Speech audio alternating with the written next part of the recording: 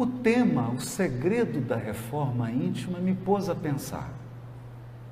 E a primeira pergunta que eu me fiz é: por que não tem espírito puro fazendo palestra no movimento espírita? Porque o ideal seria que um anjo estivesse aqui nos ensinando os segredos da reforma íntima. Mas eu entendi que é uma reserva de mercado. Se os anjos se meterem a fazer palestra e fazer as atividades espíritas, nós não teremos nenhuma oportunidade de servir, porque eles vão ocupar todas as frentes de trabalho e não haverá mais serviço para nenhum de nós. Então, já quero pedir desculpas, porque quem vem aqui falar sobre os segredos da reforma íntima é alguém que ainda não a realizou. É alguém também que está em luta com as suas próprias imperfeições e é alguém que está buscando também a própria reforma íntima sob as luzes do Evangelho e da doutrina espírita. Mas o primeiro segredo da reforma íntima é o seguinte: imagine que você vá a Guarulhos, pegue o avião e depois que o avião decolar, o comandante diga: teremos que fazer um reparo. No ar. Reforma íntima, então, é fazer o reparo de um avião que já decolou. Nós precisamos ter consciência disso. Você não vai paralisar a sua evolução para fazer a reforma íntima. Você não irá abandonar o seu espaço, seu ambiente de dever e de trabalho para poder se melhorar. E o fato de ser imperfeito não é uma desculpa para você abandonar o seu dever. Porque Deus não espera que você se torne perfeito para fazer o que tem que fazer. Porque sabe que é fazendo o que você tem que fazer que você se torna perfeito. A nossa vida, a nossa encarnação é o meio do nosso aperfeiçoamento e precisamos ter consciência disso, muita consciência disso. De modo que se você está aguardando ser melhor para trabalhar, a notícia não é boa. É melhor você trabalhar e aguardar ser melhor. Porque à medida que você trabalha, o trabalho age em nós mesmos. E sem que você perceba, a cada dia de trabalho na seara do Cristo, você se tornará um espírito melhor. Esse é o segredo. É por isso que Jesus, quando encarna e escolhe a manjedoura e a aldeia de Belém, já começa nos dando a lição grandiosa do Evangelho. A grande lição: não importa de onde você veio, não importa de que situação kármica você está vindo, não importa a quantidade de imperfeições que você ainda carrega, porque o ponto de partida não é o que vai definir seu ponto de chegada. Nós somos espíritos imortais, criados para a felicidade e para a pureza. Portanto, o nosso destino é a pureza, é a bem-aventurança espiritual. De modo que se você começa no mínimo, começa realizando imperfeitamente, você está também partindo da manjedoura. E a manjedoura é ponto de partida para aqueles que adotaram o Evangelho como roteiro espiritual. É preciso alcançar essa compreensão. Mas Jesus também deixa uma plataforma, não uma plataforma política, uma plataforma divina. 3 orações. Glória a Deus nas alturas, paz na terra, boa vontade para com os seres humanos. pensando nesse grandioso projeto que foi a vinda do nosso governador espiritual Jesus ao orbe, nós ficamos meditando.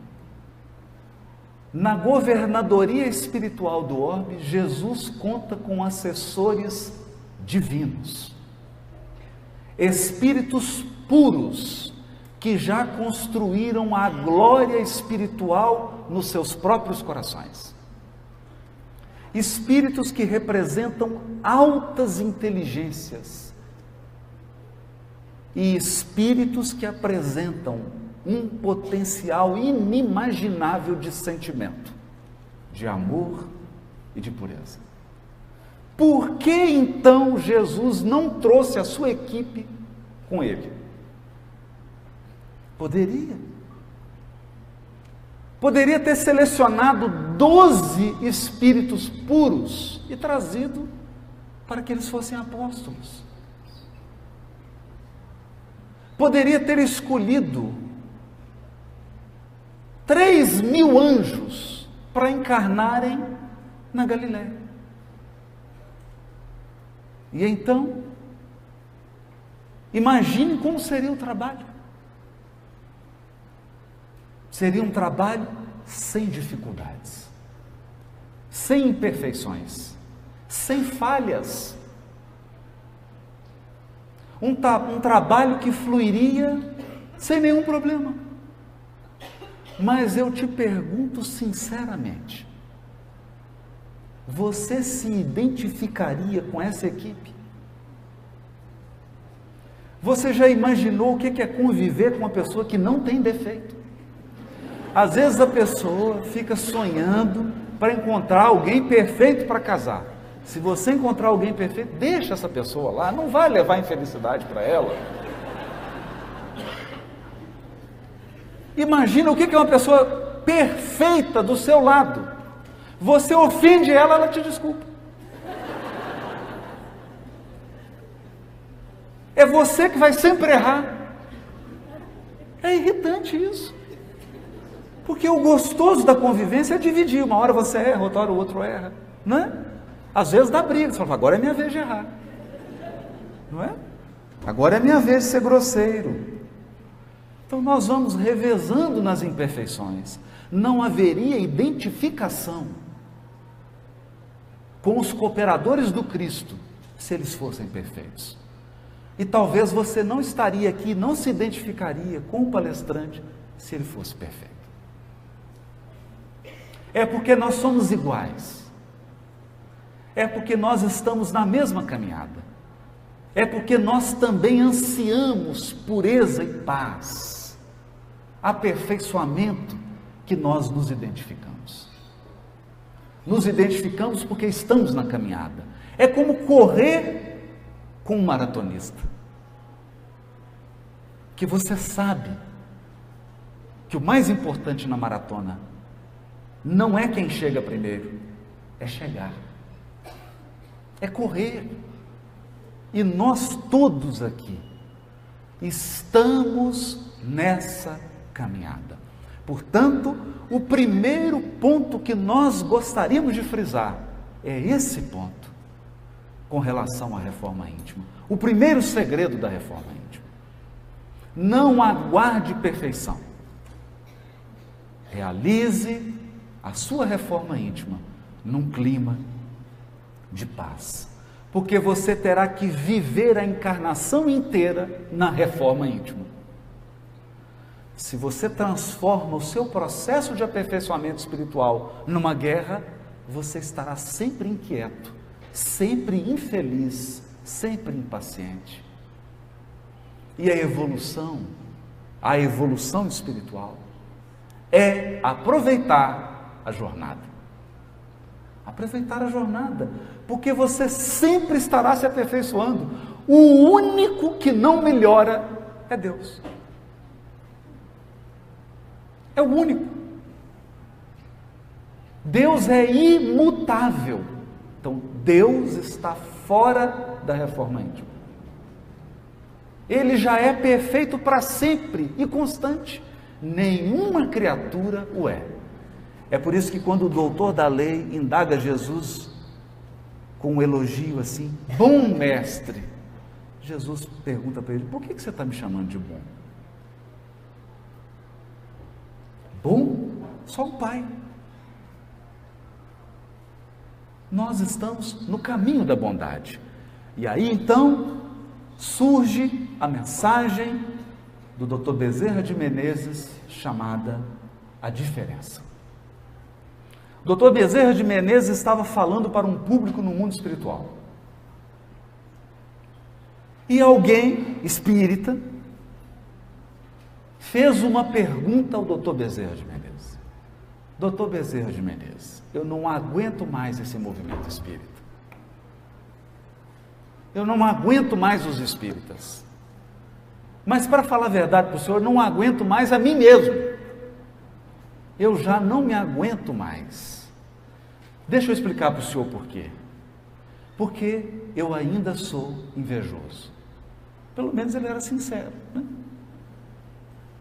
Eu ainda tenho maldade dentro de mim. Eu sou ciumento.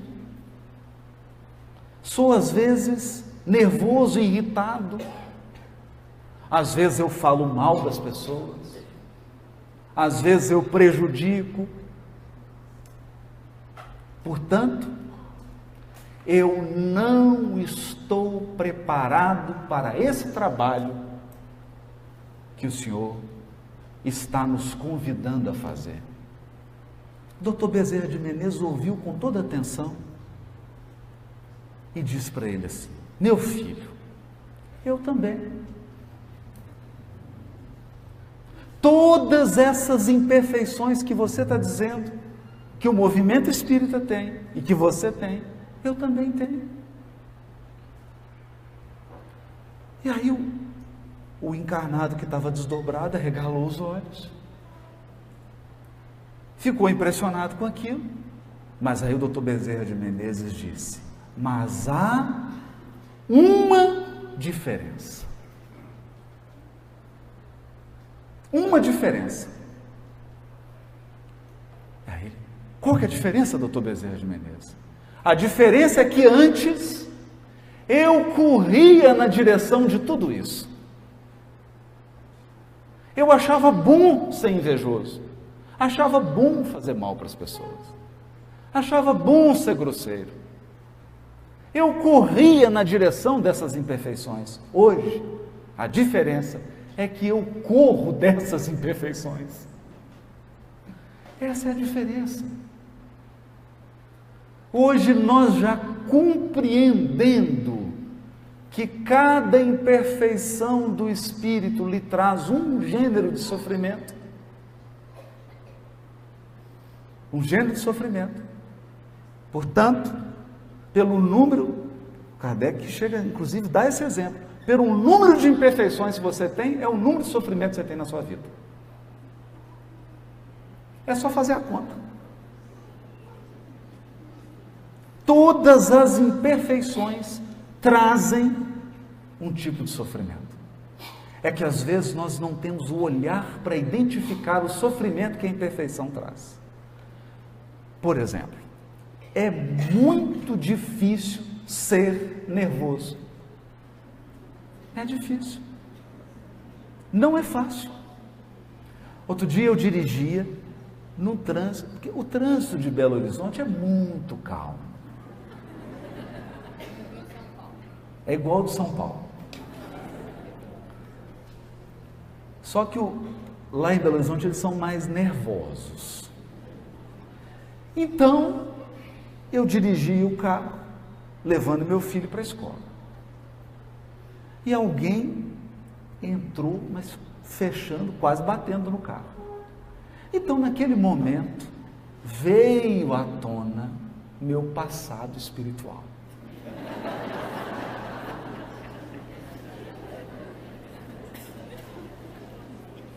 Eu esqueci da atual vida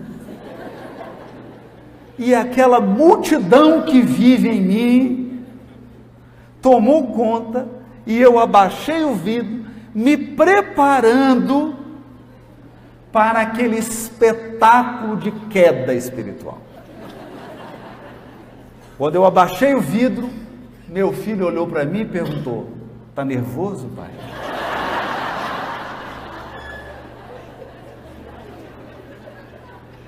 E aí eu olhei para ele, pensei no que ia dizer e só balancei a cabeça. Sabe o que ele disse? É bom ter um fiscal em casa. Ele olhou para mim e disse assim: "E se ele for alguém que vai nas suas palestras?"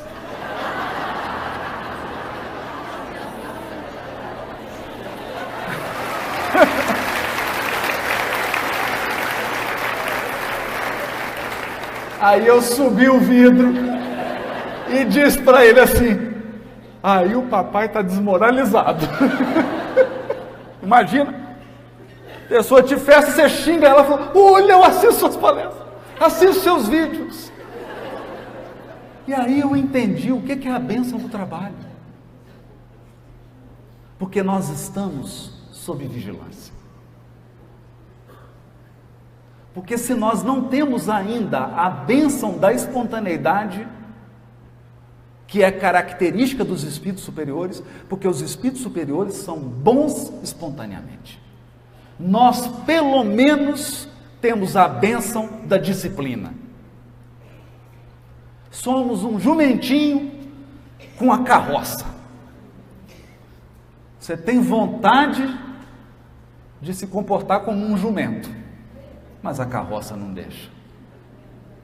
E através desse clima de disciplina e de esforço espiritual, com serenidade e paz, nós vamos reformando o avião enquanto o avião voa. Então esse é o primeiro segredo da reforma íntima. O carro da nossa vida está em movimento. Eu vou usar uma outra metáfora. É como reformar sua casa, todo mundo morando nela, sem poder sair. Essa é a reforma íntima. Então, se você não conduzir com muita calma, você vai se desesperar. Se desesperar. É assim, e por esta razão, que os Espíritos nos esclarecem que um dos elementos da caridade é a indulgência. Indulgência é assim: você faz uma coisa, e aí quem te ama fala assim: ele está nervoso, aí não dormiu bem, está com um problema. Então as pessoas que nos amam, elas têm uma cota maior de tolerância para com aquelas partes de nós que ainda não foram iluminadas. E quem é capaz de viver sem indulgência? Qual relacionamento humano sobreviveria sem indulgência? Nós não pensamos nisso. E a indulgência que nós recebemos é também aquela que nós damos. É a que nós damos. Quem é mãe, quem é pai, sabem disso. Com um filho, você tem que ter altas doses de indulgência. Porque se você quiser corrigir todas as imperfeições ao mesmo tempo, você vai enlouquecer seu filho ou ficar louco. E a vida vai perder o sabor. Vai perder o sentido. Há de ter felicidade também na jornada. Na jornada. É por isso que o Chico dizia com toda simplicidade e com seu jeitinho de interior. Ele falava assim: eu me sinto como um verme, como uma lesma que rasteja. Aí fala: nossa, coitadinho. Mas olha como é que ele completa: uma lesma que rasteja sempre para frente.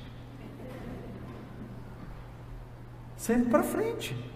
Porque quantos de nós está rastejando em círculo?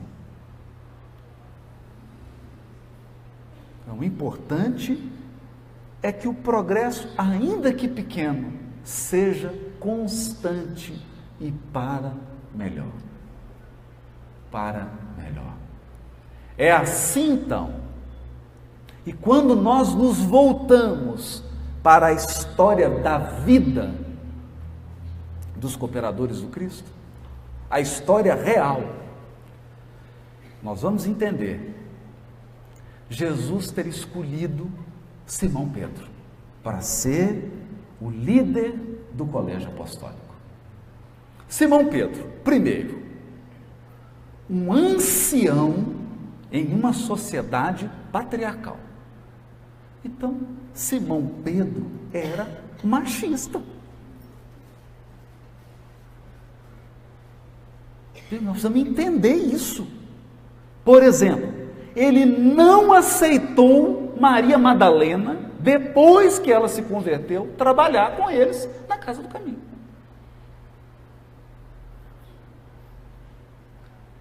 Maria de Magdala se converteu, passou a cooperar, foi ela a primeira a receber de Jesus a mensagem da imortalidade da alma, mas ela procurou trabalho e falou: Maria, não tem jeito, teu passado te condena, e aí você fica aqui convivendo com a gente, não dá, aqui nós não podemos te aceitar. Não teve jeito. Ela teve que buscar trabalho em outro local. Simão Pedro era nervoso, bravo. Quantas vezes ele se precipitou? Quantas vezes? A ponto de Jesus chamar a atenção dele. Muitas vezes. Quantas vezes ele, porque nós falamos do caso especial de Simão Pedro, porque Simão Pedro era o seguinte: ele acordava e ia tomar café, Jesus estava com ele, do lado, tomando café com ele. E pescador toma café cedo, vocês sabem disso. Ele ia para o barco pescar, Jesus estava na beira do lago. Ia almoçar, Jesus estava almoçando com ele. Jesus dormia na casa dele. Isso durante 3 anos. E no entanto, ele teve dúvidas no momento em que Jesus caminhava sobre o lago. Teve dúvida. Titubeou. E no momento mais importante, ele, todo corajoso, porque ele era também impulsivo e impetuoso, ele disse: eu, mestre, eu jamais vou te trair, né? Jamais. Aí Jesus olhou e falou: Simão, o dia não vai nem amanhecer, você vai me negar, não é uma, não, são 3 vezes. E quando ele pronunciou a 3ª negação, aí que ele entrou no verdadeiro processo da reforma íntima, que é quando você se enxerga do tamanho que você é. Do tamanho que você é. Porque os nossos olhos, eles têm uma característica, o olho do encarnado tem uma característica curiosa. A gente sempre aumenta a gente e diminui o outro. É engraçado isso, né? Então, experimenta para você ver. Você olha para você no espelho, você se vê sempre maior do que verdadeiramente é. E o outro sempre menor. Então, naquele momento, Simão Pedro pôde enxergar-se do tamanho que ele é. E aqui é o primeiro passo. Porque você não vai ser capaz de melhorar algo que você não vê que precisa ser melhorado. Esse é o primeiro segredo. Ver, enxergar, assumir aceitar. Aceitar. Eu sou desse tamanho. As minhas dificuldades são essas. Essas são as minhas lutas, essas são as minhas lições. Esse é o primeiro passo. Sem isso, você não melhora aquilo que acha que já é bom. Que era o caso de Simão. Mas o mais importante é que a escolha de Jesus nunca se baseou no fato de Simão ter ou não ter imperfeições. Jesus sabia que ele tinha imperfeições e mesmo assim o elegeu para ser o líder dos apóstolos e elegeu antes de Simão ter negado, sabendo que ele iria negar.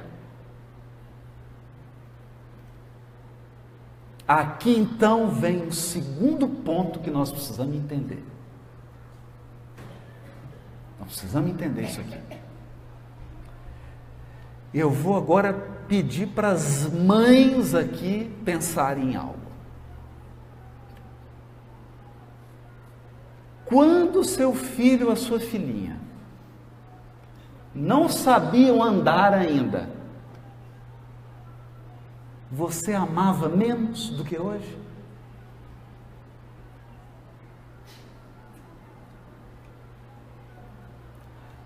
Qual mãe passa a amar mais o filho porque ele ficou melhor? Não. A mãe ama e ponto final. Mãe ama, ponto final. A experiência mais maravilhosa que eu tive na vida com relação a isso foi quando eu estava à frente de uma vara criminal, presidindo, coordenando a cadeia pública de uma comarca.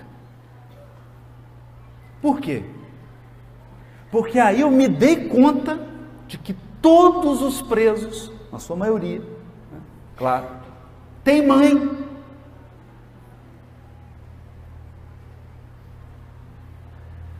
Então você sentenciava, prendia, chegava a mãe. Chegava a mãe. E aí eu pude testemunhar o que é realmente o amor. O amor. Porque o amor verdadeiro, ele não espera que o ser amado seja perfeito ou que ele melhore para amar. Isso não é amor, isso é concurso. Isso é concurso. Você fala, não, fica melhor, porque aí você faz a prova, vai ter um desempenho. O amor não aguarda desempenho. O que isso quer dizer? Isso quer dizer que você já é amado, ponto final. Você sempre foi amado. Sempre. E não há nenhuma tolice, não há nenhuma estupidez, não há nenhuma maldade, nenhuma crueldade que você vai ser capaz de fazer que vai diminuir 1 centímetro no amor que Deus tem por você. Então, não perca seu tempo de provocar Deus. Tudo que você fizer de bobagem, de loucura, de crueldade, só vai trazer sofrimento para você. Mas o amor de Deus não vai mudar nada. Nada. Você não tem que virar um anjo para ser amado. Você já é amado.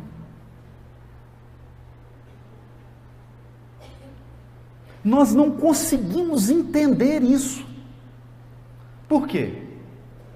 Porque o nosso amor é ainda um amor comerciante. O que é o amor comerciante? Você chega assim, fulano, eu te dou 2 quilos de amor, você me dá 2,1 kg. Não é assim? É uma troca. A gente negocia. É um amor, retribuição. Eu dou aqui esperando receber. E o amor divino é fonte que jorra. Por quê? Porque Deus é o amor da criação. Você não é capaz de alterar os atributos de Deus. Deus não se altera por causa de você.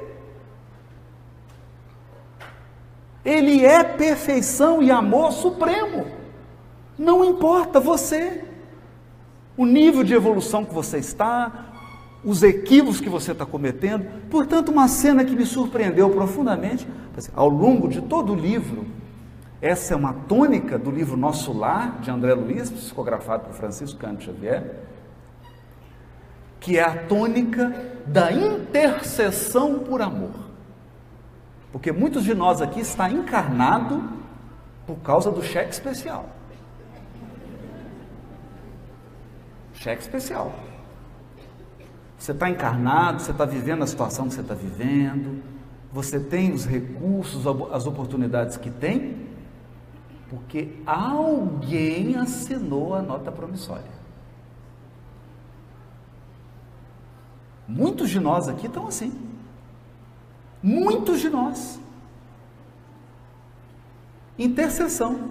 Então, uma cena que me chamou bastante atenção é que André Luiz vivia numa cidade do interior.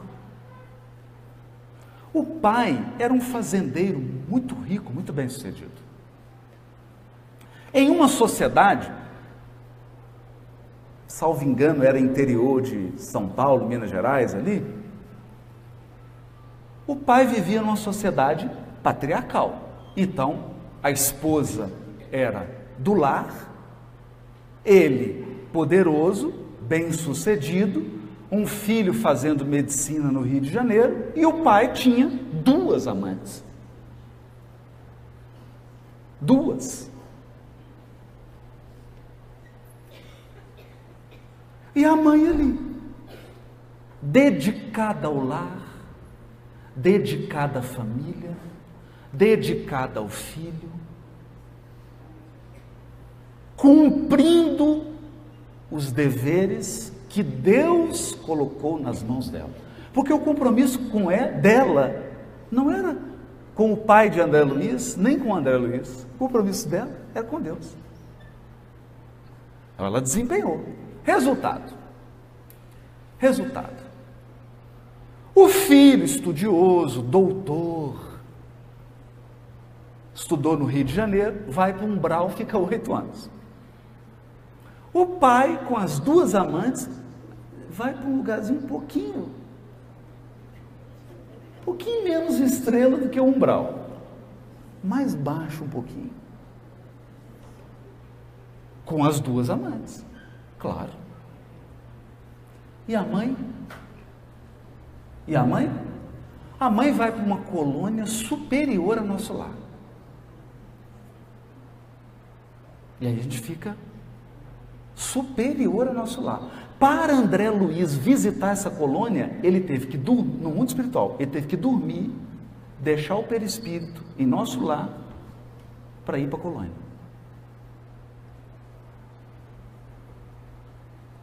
Vê a mãe. Alguns minutos, porque a mãe estava muito feliz, porque era o primeiro dia de trabalho dele. Olha que lindo isso. E aí a história se desenrola, sem querer. Bom, quem não leu o livro, vou ter que dar um spoiler aqui. Me desculpe, vou ter que contar, estragar a leitura um pouquinho do livro. Mas ele fica muito preocupado, porque ele passou então a buscar ajudar o seu pai a sair daquela situação, porque é um filho muito grato ao pai. Afinal, ele se formou, teve tudo, que o pai, um pai amoroso. Ele não era um bom marido, mas era um bom pai. E o André Luiz tentando de tudo, aí um dia ele chegou para a mãe e falou: mãe, não tem jeito, não consegui ajudar o papai. E ele não consegue sair de lá, mãe. Interessante isso, né? Às vezes a gente não consegue sair das dificuldades, não é por falta de ajuda, não, é por teimosia. Não conseguia. Aí a mãe de André Luiz faz a revelação do livro. Não se preocupe, meu filho, a situação já está equacionada. Eu vou voltar à terra. Mãe, mas a senhora vai voltar? Como assim, mãe? Vou voltar e vou receber seu pai de novo como marido. Aí tu vai, as mulheres já ficaram, nossa, e agora, né? E aí o André Luiz também, né? Querendo fazer a pergunta que todo mundo aqui está querendo fazer. E as duas? Ela falou assim: vou recebê-las como filhas.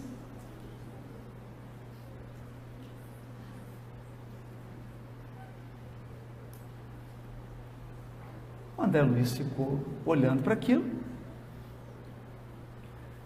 E aí nós entendemos os mecanismos de amor da justiça divina.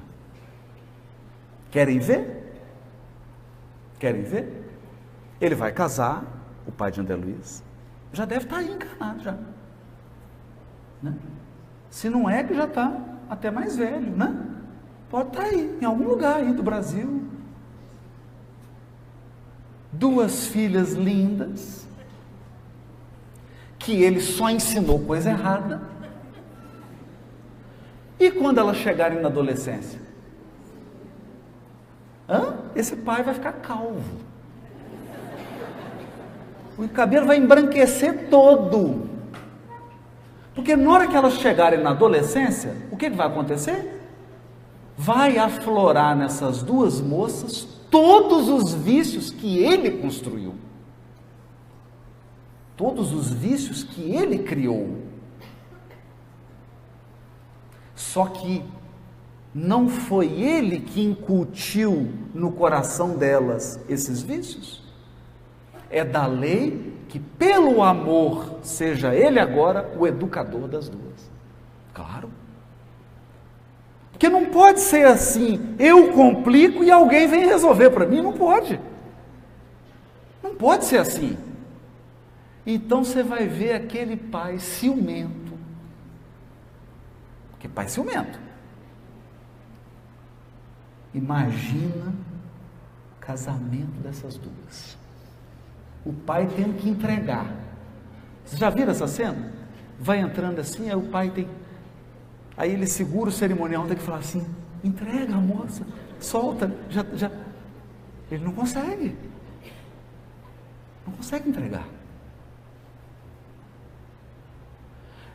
Mas é no lar, num ambiente de amor, que ele vai renovar-se. Essa é a lição. Essa é a lição. A transformação dele e das duas que virão como filha dele se dará no ambiente sagrado e amoroso de um lar. É por isso que nós precisamos ter um olhar especial para os lugares onde Deus nos colocou. E nem sempre nós temos. Eu me recordo que quando iniciei a carreira, já contei isso, cheguei numa cidadezinha, a cidade é boa, o difícil era morar lá. Para mim, né? Então eu cheguei muito... Para falar a verdade, né, vocês não contem para ninguém. Quando eu sentei na praça assim, eu chorei. Dei uma chorada, porque vi que tinha que ficar ali uns 3 anos, não era bem aquilo. Mas acontece que eu era juiz da infância, e no dia seguinte eu fui chamado por uma freira que dirigia uma instituição que era um abrigo de meninas em situação de risco. Quando a família está desestruturada, meninas que às vezes não tinham pai, não tinham mãe, e aí aquela instituição, uma instituição católica, muito boa, acolhia aquelas meninas. Então a freira me chamou, né? Me chamou lá, que queria apresentar a instituição, queria conversar sobre os problemas.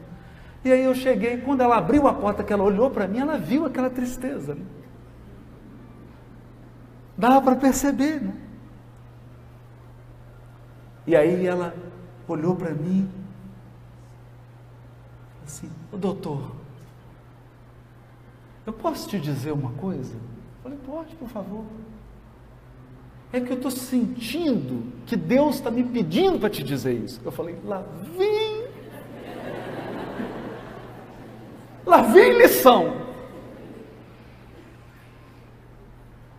A gente precisa aprender a florescer onde Deus nos plantou.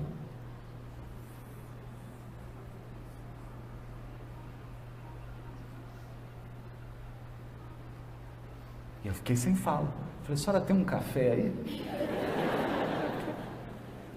Mineiro, quando está em dúvida, quando não está também, toma um café. Pedir um café. Aprender a florescer onde Deus nos plantou. Esse é o segundo segredo da reforma íntima. Não espere o jardim ideal para você florescer.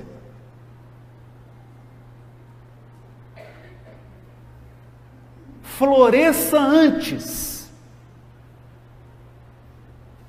Você floresce onde Deus te plantou. Por quê? Não é para você ficar vaidoso, não. Mas talvez, onde você está, seja a última esperança de Deus. Talvez você seja a última esperança do Criador, onde você está.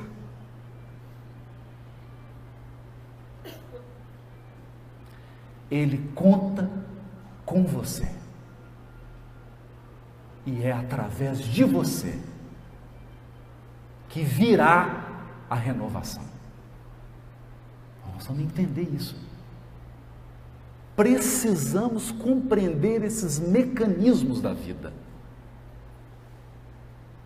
E é ali cooperando, onde você não acha que é o melhor. Fala, mas logo aqui, meu Deus, só me põe logo aqui, nessa situação. Eu me recordo que quando cheguei na mocidade, eu trabalhava, há 35 anos atrás.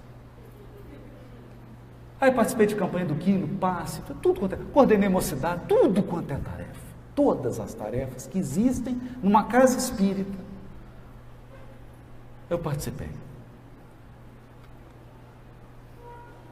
E o pessoal dava uma, e eu dizia assim, ó, gente, pelo amor de Deus, essa tarefa, eu não gosto. Falar em público.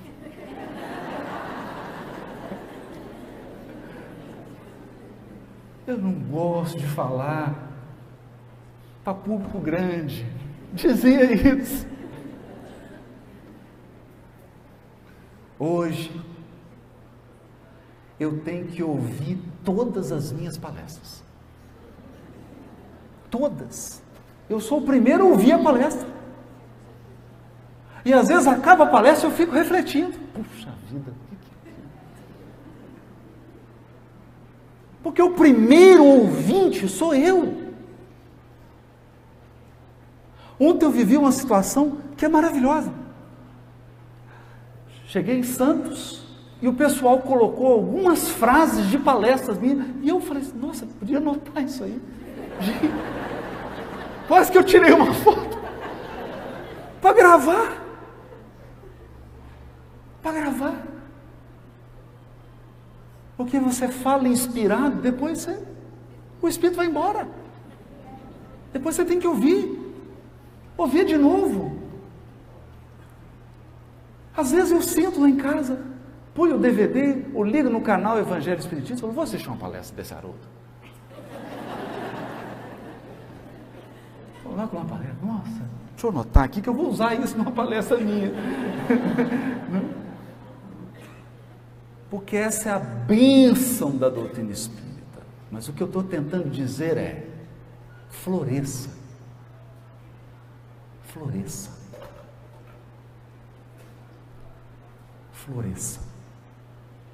Não escolha tanto lugar. Até porque nós não temos controle assim das circunstâncias. Mas uma coisa está nas suas mãos. O poder de ser o melhor que você pode ser, o poder de florescer.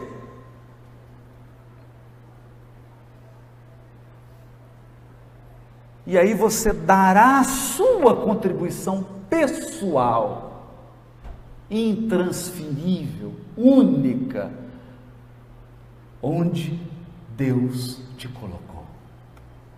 Eu não me esqueço disso. E todas as vezes que alguém me diz assim, mas essa é uma tarefa pequena, tarefa grande é falar para um tanto de gente, aí eu fico assim, né? Eu fico pensando em Alcione do livro Renúncia, eu fico pensando em Lívia, a esposa de Públio Lentulus, eu fico pensando na escrava Ana, eu fico pensando na mãe de André Luiz, e eu falo assim, o que é ser grande nesse mundo? O que é ser grande? Diante desses espíritos, que aos nossos olhos preconceituosos, aos nossos olhares distorcidos, acreditam que essas pessoas viveram uma vida pequena e hoje são elas almas iluminadas. Por quê? Porque floresceram com todo o potencial onde foram plantadas. Onde foram plantadas. Um segredo é, ninguém é fiel no muito se não foi fiel no pouco. Se você não floresceu no pouco, você não vai florescer no muito. E Deus não está preocupado com o tamanho, sabe por quê? Porque nós sempre seremos pequenos para Deus. Sempre seremos pequenos. Você fala assim, não, trabalho grande é um trabalho que tem alcance mundial. Mundial do quê? De um planeta? O que é um planeta para Deus? Nós sempre seremos pequenos para Deus. Mas Deus não está preocupado com tamanho e quantidade, está preocupado com qualidade. Qualidade é a qualidade do seu gesto. Porque a pessoa caridosa, ela é caridosa dentro de casa com 4 pessoas, com 5, com 6, com 2. Ela é caridosa. Não precisa de uma multidão para ela mostrar a caridade dela. Basta um. Nós vamos alcançando isso. Agora, eu queria falar aqui de umas armadilhas da reforma íntima. De umas armadilhas. Já falamos aqui de alguns passos. Humildade, reconhecer a imperfeição, fazer a reforma íntima com paz, com tranquilidade, porque você está reformando um avião que está voando. O avião não vai parar e pousar para você reformar. Não é assim que funciona. A gente reforma enquanto vive, a gente vive e se melhora, A gente trabalha e fica melhor. Você não fica melhor para depois trabalhar. Não é assim. De jeito nenhum. Mas aqui tem uns segredos que nós precisamos ficar atentos. O foco da nossa reforma íntima deve ser 3.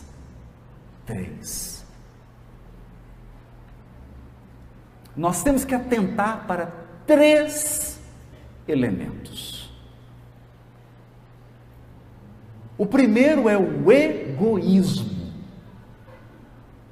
O segundo é o orgulho. E o terceiro é o interesse pessoal. Quando Kardec indaga aos espíritos a abstração feita dos vícios e das imperfeições, o que caracteriza os espíritos imperfeitos? Eles respondem: o interesse pessoal. Coisa rara é no mundo o desinteresse total. Quando eu li essa questão, a abstração feita dos vícios e das imperfeições, eu falei: meu Deus, imagine você, se eu tirar todos os seus vícios, não tem mais nenhum vício. E se tirar todas as imperfeições, eu pensava que você virava espírito puro. Eu pensava isso. Vamos tirar todos os vícios, tirar todas as imperfeições, eu virei espírito puro. Não, tem um terceiro elemento. Interesse pessoal. Porque o espírito puro age por desinteresse total. Aí é difícil, não é? Aí é difícil. Por quê? Porque nós sempre estamos buscando a preservação e a reserva do nosso interesse pessoal. Então, na Grécia desenvolveu-se um mito de um jovem muito belo, que um dia embrenhou-se numa mata e, olhando um lago, ficou tão apaixonado pela imagem dele no lago, que ele acabou caindo no lago para buscar essa imagem, e morreu, e brotou naquele lago uma planta que leva o seu nome, Narciso. Então, Narciso era alguém encantado com a sua própria imagem. Alguém apaixonado pela própria imagem.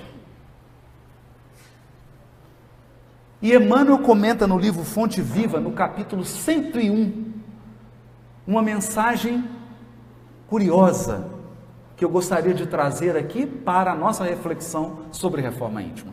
Essa mensagem se chama A Cortina do Eu. A cortina do eu.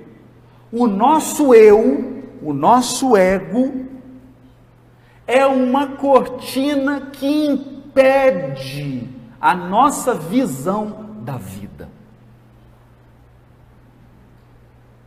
O que significa isso? Nós somos apaixonados por nós mesmos. Tão apaixonados que a gente só enxerga a gente. Nós ainda não enxergamos o outro e não enxergamos a vida. Por quê? Por causa de uma cortina.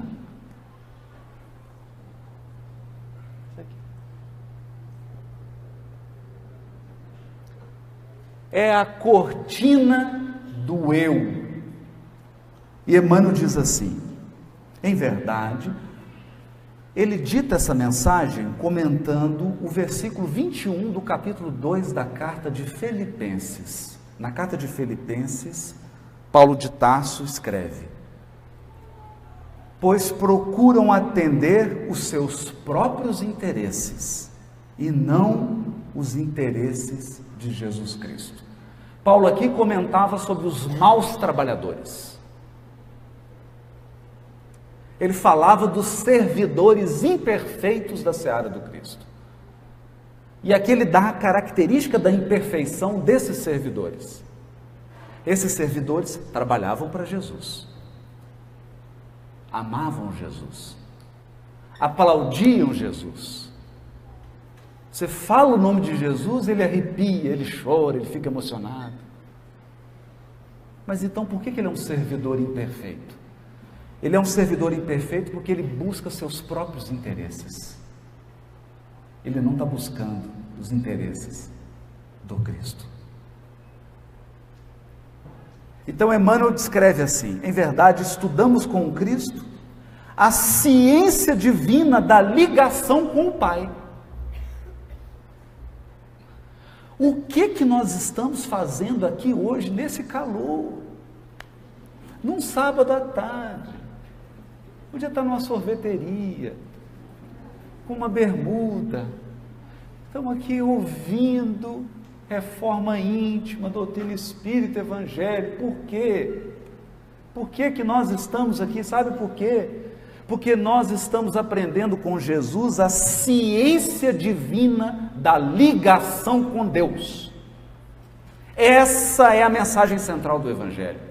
O Evangelho quer que nós estejamos em comunhão com Deus, porque o dia que você atingir a comunhão com Deus, você nunca mais se sentirá sozinho, você nunca mais sentirá solidão, você nunca mais sentirá desamparo. Você irá vencer qualquer dificuldade, porque sentirá Deus com você permanentemente. Você quer isso? Quer? Eu quero. Eu quero. Mas isso é uma ciência divina. Isso aqui demora muitas encarnações para você chegar nesse estágio, dessa comunhão com Deus. Primeiro você começa com internet de escada, que é pelo menos o estágio em que eu me encontro. De vez em quando dá sinal. Aí dá um pauzinho de sinal assim e eu consigo uma conexão com Deus. Aí eu fico animado, fico cheio de esperança, agora eu vou vencer, e aí o sinal cai. Geralmente na hora do download. Que você está com a conexão e você pergunta assim: o que eu devo fazer? Caiu o sinal. Oh, meu Deus do céu. Aí você progride espiritualmente e consegue uma conexão 1G. Não é 1G não, é 1G. E já é uma conexão um pouquinho melhor. E aí você se aperfeiçoa, reencarna, sofre, luta, trabalha, e agora você tem uma conexão 2G. Boa demais. Você está passando ali e você consegue sentir a presença divina, consegue sentir o amparo, você sente a intuição: é por aqui que eu tenho que ir. E aí você se aperfeiçoa. E aí começa a participar do nível dos espíritos superiores, que é uma conexão 3G. Conexão 3G é uma beleza, gente. Você faz download, assiste vídeo no YouTube, vídeo longo. São aqueles espíritos que conseguem permanecer conectados por muito tempo. Por muito tempo. E eles emanam uma paz, uma certeza de que Deus está no comando. De que Deus está no comando. Então, eles progridem mais ainda. Aí vem a internet 4G. 5, 6. E de vez em quando aparecem uns espíritos que parece que tem uma antena só para eles. É conexão direta, sem queda, baixa um DVD em meio segundo Conexão. Mas é isso que nós estamos aprendendo. Nós estamos aqui num curso para melhorar nossa banda de internet. Nossa conexão. Conexão com Deus. Aí ele diz assim: por trás da cortina do eu, conservamos lamentável cegueira diante da vida. Por que que o nosso ego é uma cortina? E esse é o grande desafio da reforma íntima. Sabe por quê? Porque eu olho para todo mundo me procurando. Deixa eu ver se tem alguém parecido comigo. Ah, esse aqui fulano tem esse gosto. Ele torce para o mesmo time que o meu. Não, aquele ali, nossa, aquele fala igual a mim. Ele pensa como eu, entende? Tem o mesmo gosto que eu. Então nós olhamos para as pessoas procurando a gente mesmo.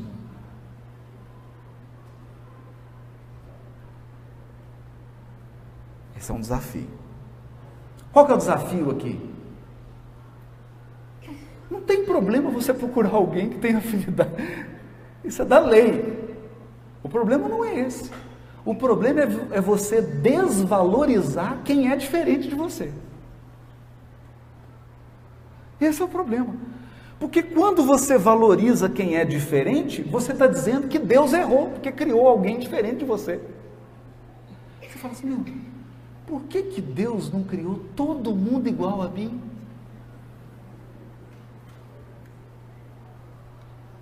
Hã?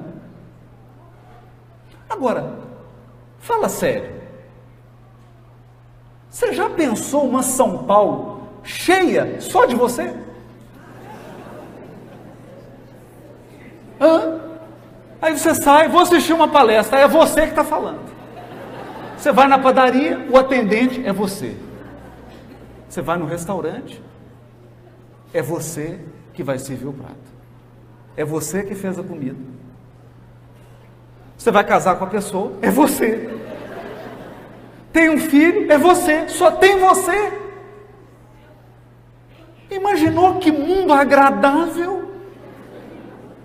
Que coisa assim, animadora. Um mundo em que todo mundo parece e é igual a você. Até fisicamente. O que ia acontecer? O que ia acontecer?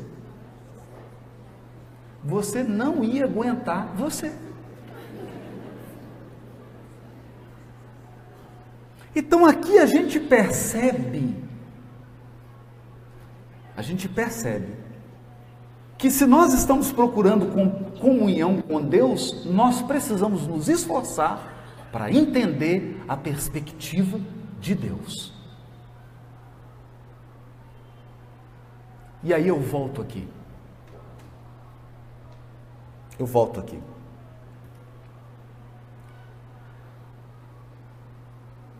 Eu tenho 2 filhos. Agora você vai falar assim, escolhe um. Não escolhe. Não escolhe. Não escolhe. O que pode acontecer de uma mãe, de um pai ter mais afinidade com um do que com o outro, ter mais proximidade com isso é natural. Mas dizer assim, que não gosta daquele porque ele não existe isso. Então a diversidade é um dos atributos de Deus. Toda a obra da criação é rica em diversidade. Diversidade. Então é como se você chegasse e tivesse que escolher assim, imagina uma lei que entrasse em vigor amanhã em São Paulo. Todos os cachorrinhos de São Paulo vão ter que ser de uma raça só.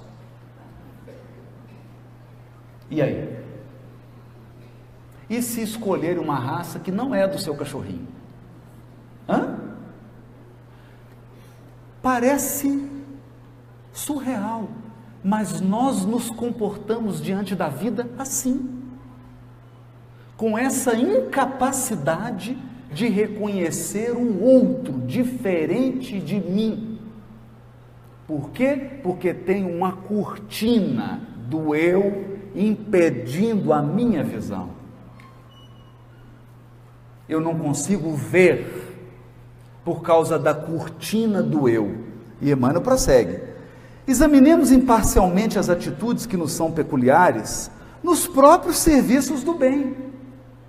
Olha só, ele está dizendo assim, vamos examinar o trabalho no bem, de que somos cooperadores iniciantes, e observamos que mesmo aí, em assuntos de virtude, a nossa porcentagem de capricho individual é invariavelmente enorme. Nós somos servidores, trabalhamos no bem, mas com muito capricho. Capricho são exigências descabidas. São exigências que não são razoáveis. Isso é um capricho. Aí ele dá um exemplo. A antiga lenda de Narciso permanece viva em nossos mínimos gestos, em maior ou menor porção. Em tudo e em toda parte, apaixonamo-nos pela nossa própria imagem. Olha isso. Em tudo e em toda parte. Nós nos apaixonamos. Nossa, mas essa instituição, ela é tão parecida comigo. E aí você se apaixona com aquela instituição. Então a gente sai pelo mundo procurando espelho. Espelho, espelho meu. A cortina do eu. Nos seres mais queridos, agora olha aqui o mecanismo. Amamos a nós mesmos, porque se os nossos familiares demonstram pontos de vistas diferentes dos nossos, ainda mesmo quando superiores aos princípios que esposamos, instintivamente enfraquecemos a afeição que lhes consagrávamos. O que significa isso? Enquanto a pessoa está pensando igualzinho a gente, nós damos afeição. Quando ela começa a pensar melhor, aí a gente retira a afeição. Instintivamente.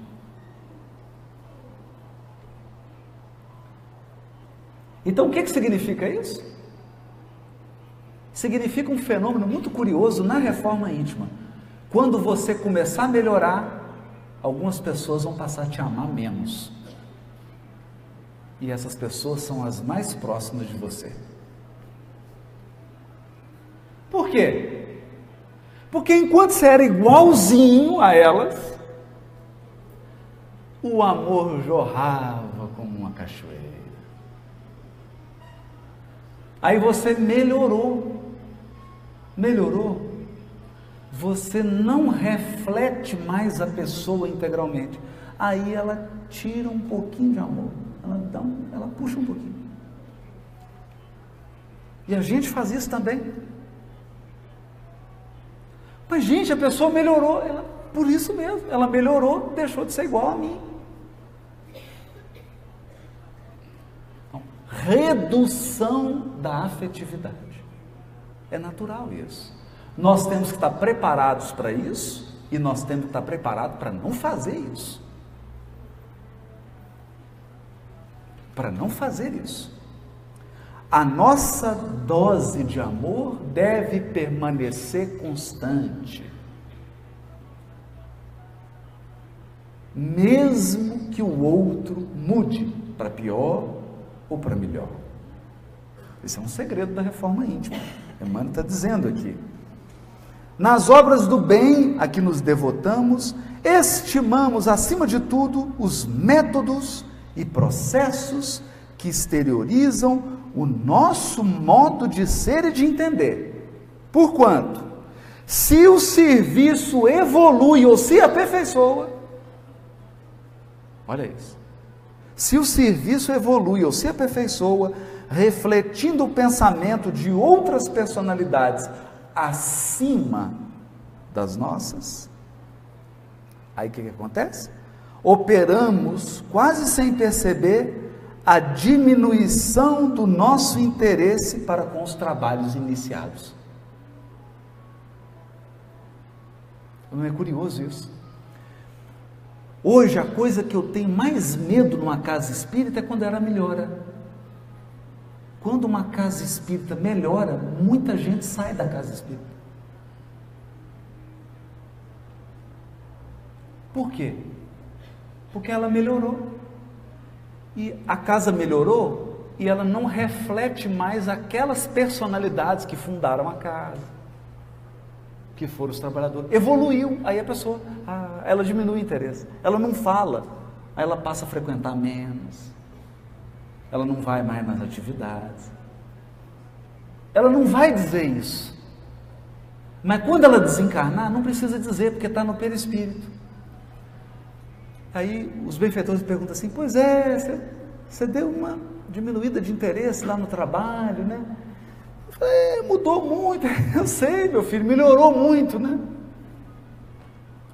Nós tiramos o interesse. Como é que é difícil?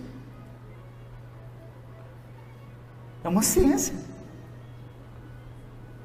E quem enfrenta a reforma íntima vai sofrer isso. Porque reforma íntima não é melhorar? É melhorar. Aí você tem um tanto de gente que está do seu lado aqui, até você melhorar. E quando você melhora, elas não se identificam mais com você. Por quê? Porque você evoluiu. Sem perceber, elas tiram o interesse. Perdem o interesse. Né? Aceitamos a colaboração alheia, mas sentimos dificuldade para oferecer o concurso que nos compete. Agora, essa aqui eu acho ótima. Olha o que o Emmanuel diz. Se nos achamos em posição superior, doamos com alegria uma fortuna ao irmão necessitado que segue conosco em condição de subalternidade, a fim de contemplarmos com volúpia as nossas qualidades nobres no reconhecimento de longo curso a que eles se sentem constrangidos. Então você está numa posição melhor, aí você ajuda, e a pessoa te agradece, 1 ano, 2, 3, 4, 5, 10 anos te agradecendo, e você sente o prazer, por quê? Porque você foi generoso. Mas, raramente, concedemos um sorriso de boa vontade, ao companheiro mais abastado ou mais forte, posto pelos desígnios divinos à nossa frente.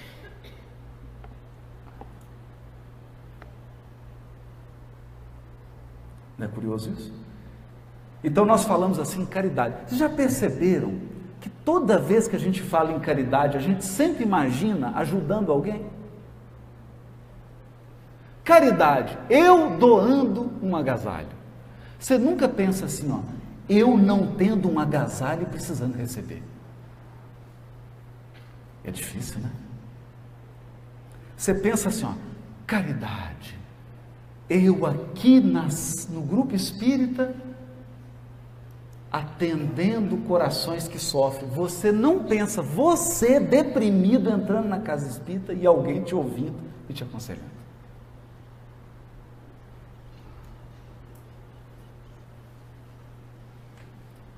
E é esse o desafio da parábola do bom samaritano. Porque o doutor da lei pergunta, quem que é o próximo? Quem que é o próximo? Jesus faz com que ele, pela imaginação, assuma o lugar daquele homem caído no chão. E faz com que ele se pergunte, se você fosse o caído, quem seria seu próximo? Quem? Quem te estendeu a mão? Quem te estendeu a mão? Então é muito bom. É bom quando você tem o recurso, aí chega o necessitado, você dá o recurso. O difícil é quando você é o necessitado. E aí alguém te dá o recurso. É bom quando você tem uma palavra de consolo. O difícil é quando você precisa de uma palavra de consolo. Hein? Porque aí abre a cortina do eu. Nessas horas a gente percebe que o mundo é muito maior do que nós mesmos. Há muito mais gente além de mim. Tem muitas pessoas valiosas e elas não se parecem comigo. Importante isso. Em todos os passos da luta humana, encontramos a virtude rodeada de vício e o conhecimento dignificante quase sufocado pelos espinhos da ignorância. Por quê? Porque, infelizmente, cada um de nós, de modo geral, vive à procura do eu mesmo. Então, olha que triste isso. Você vê alguém inteligente cercado de gente ignorante. Por que ele não ensina?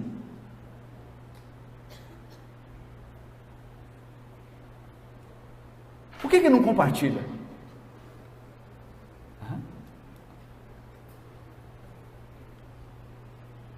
Porque está à procura dele mesmo. E se ele compartilhar, ele vai ter iguais.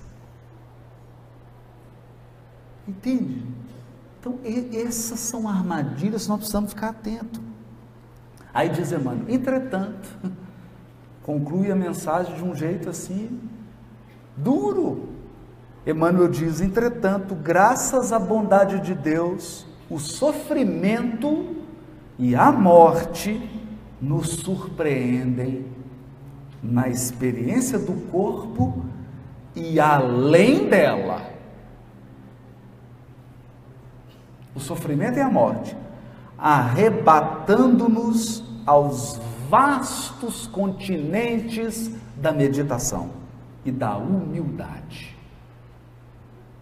em que aprenderemos pouco a pouco a buscar o que pertence a Jesus Cristo em favor de nossa verdadeira felicidade dentro da glória de viver.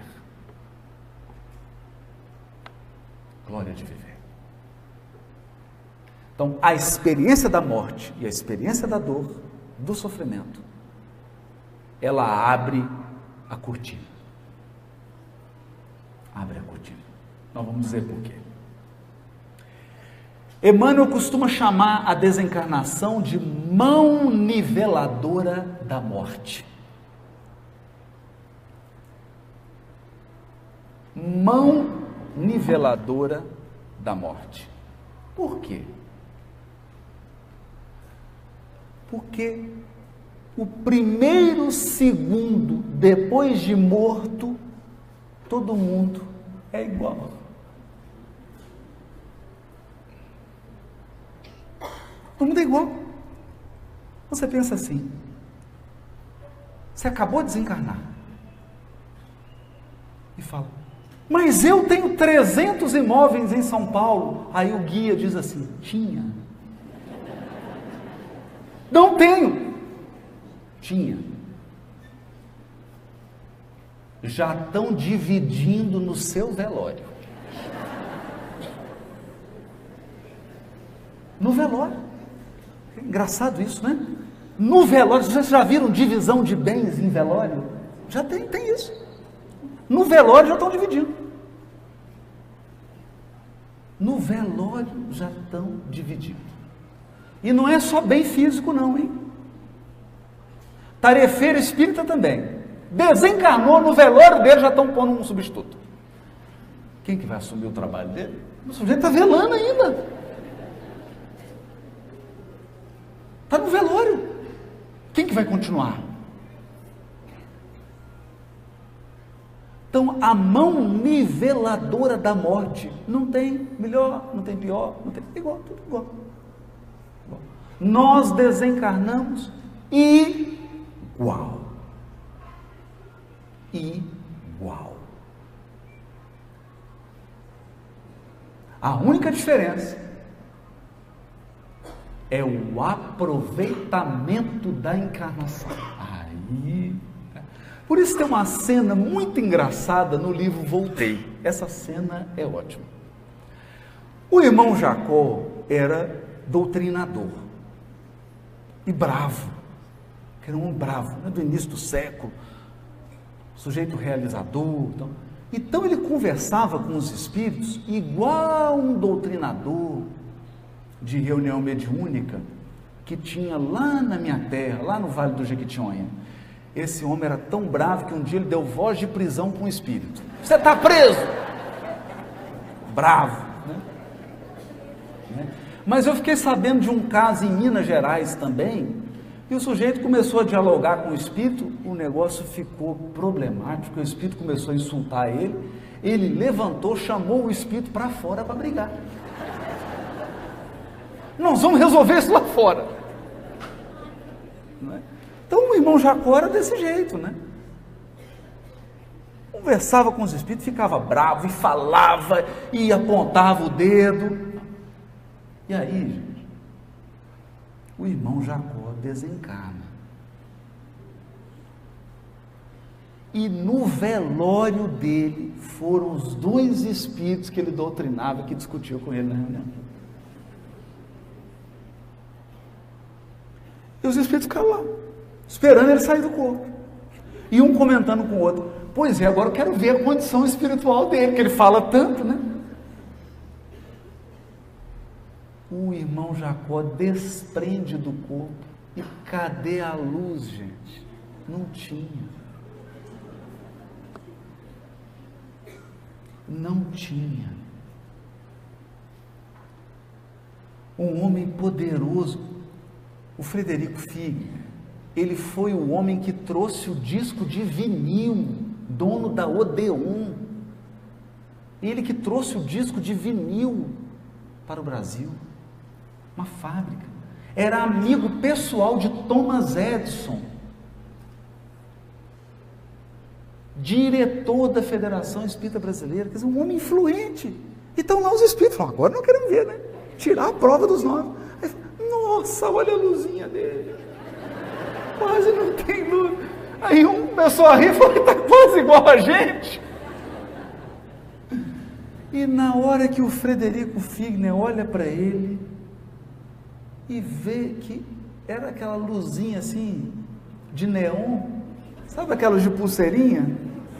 Aquela luz fraquinha. Ele fica deprimido. E é o doutor Bezerra de Menezes que vem auxiliar. Não é? Então é bom a gente pensar nisso. É bom pensar nisso. Muito importante pensarmos nisso.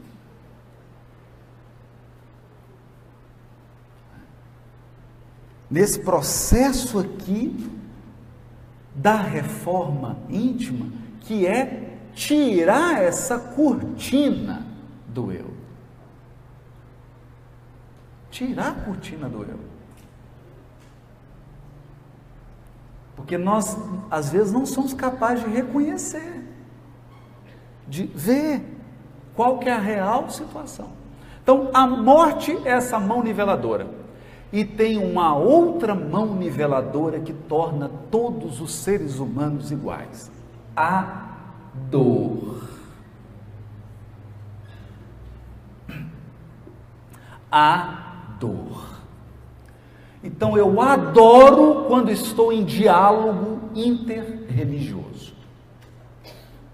Aí tem assim, o pastor, o padre a freira, a mãe de santo, o pai de santo, o espírita. Aí tem o judeu, o muçulmano, o budista, um leque de religiões. E aí eu gosto sempre de dizer, quando um evangélico enterra um filho, dói mais ou menos do que quando um espírita enterra? Dói igual. Se você é árabe e está no velório da sua mãe, dói a mesma coisa se você é católico, budista, espírita. Nada. A dor, diz o Evangelho segundo o Espiritismo, nos iguala.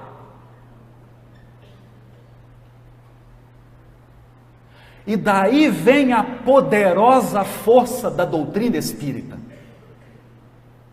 a grandiosa força do Espiritismo, porque o Espiritismo fala para a dor humana.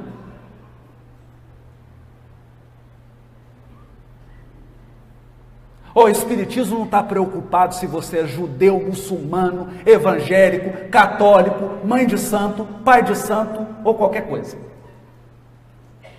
Ele fala para a sua dor. E ele diz assim: ninguém morre. Pode amar sem medo. Porque você nunca vai perder quem você ama. Pode amar. Ninguém morre. Mas o Espiritismo diz mais. Ele diz assim: vai passar.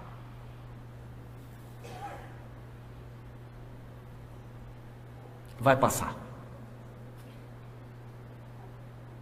Não importa a tormenta que está causando um terremoto na sua existência, vai passar.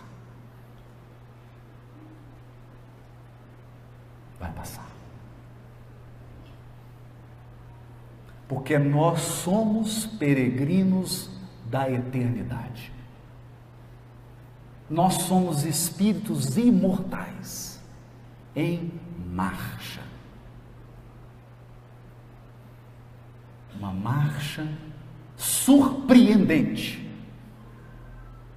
Cada trecho da jornada vai te deixar perplexo.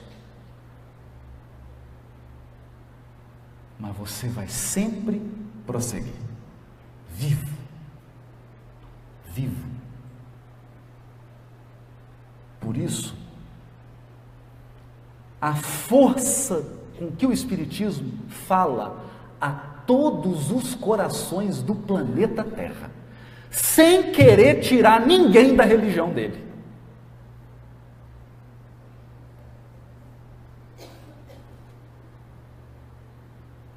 De jeito nenhum.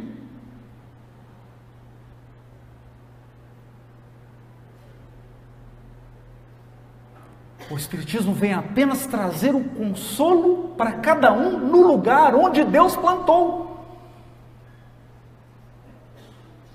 Porque às vezes o indivíduo nasceu para ser budista, ele vai ficar lá, deixa ele lá. O compromisso dele é lá, por que você está querendo tirar ele, trazer para o grupo espírita? Não faz isso, gente. Nós já estamos com tanto problema com os espíritas que a gente já tem. Não é? Mas ele leva a força consoladora. Por isso que ele é o consolador prometido. Por que que o Espiritismo é o consolador prometido? Porque ele diz assim: você não morre.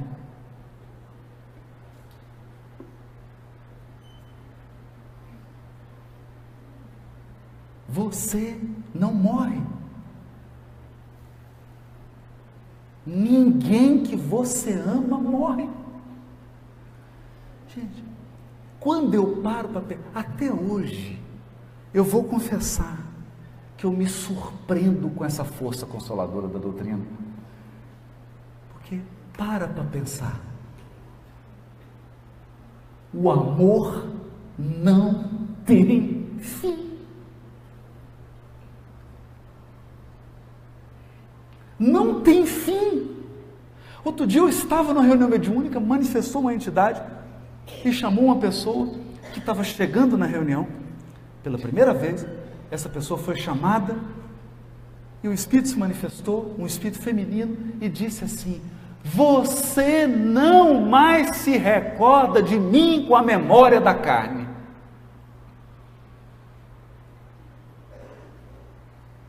Agora, nesse corpo que você está, você não é capaz de lembrar de mim. Mas eu vim te dizer que eu te amo como uma mãe. E eu te avalizaria quantas vezes fossem necessárias. E eu não me esqueci de você. A pessoa ficou chocada. E aí o Espírito disse assim: olha que coisa linda. O que mais me dói é quando você diz ou pensa que está desamparado. Porque eu nunca saí do seu lado.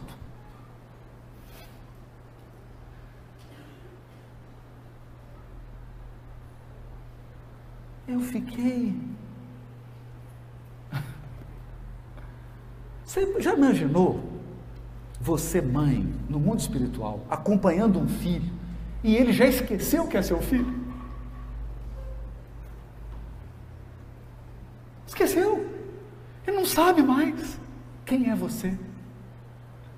E às vezes essa pessoa está numa luta, está passando uma dificuldade, porque a encarnação é uma prova atrás da outra. E aí ela se sente sozinha e você está do lado, e ela não lembra de você, não te vê e acha que está sozinha. Então eu acho que essa mãe não aguentou. Primeiro dia que o sujeito foi na reunião, os espíritos falaram: é para trazer o fulano para cá, traz para a reunião, traz aqui para a mesa. Trouxeram e a mãe fez um desabafo. Para de falar que você está sozinho, eu nunca saí do seu lado, e nenhuma das dificuldades que você passou, eu nunca saí do seu lado. Então, desamparado você nunca esteve.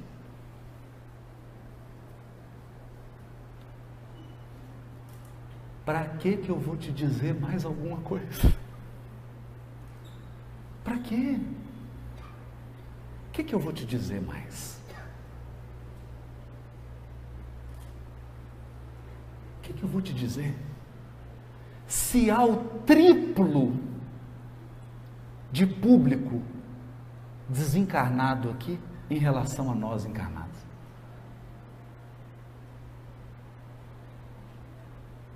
E cada um aqui está aí com os seus amores do mundo espiritual, sorrindo e felizes porque você, num sábado quente à tarde, depois de séculos de erro, agora está sentando para ouvir palestra de espiritismo, de evangelho, de reforma íntima.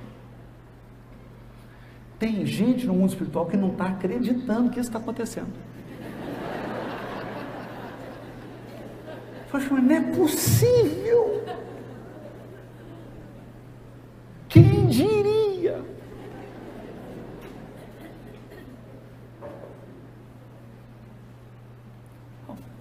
É por isso que o Espiritismo é um consolador prometido da humanidade para todas as crenças, para todas as religiões, para todos os povos, para todas as culturas, para todos os gêneros, para todas as opções sexuais, para todos.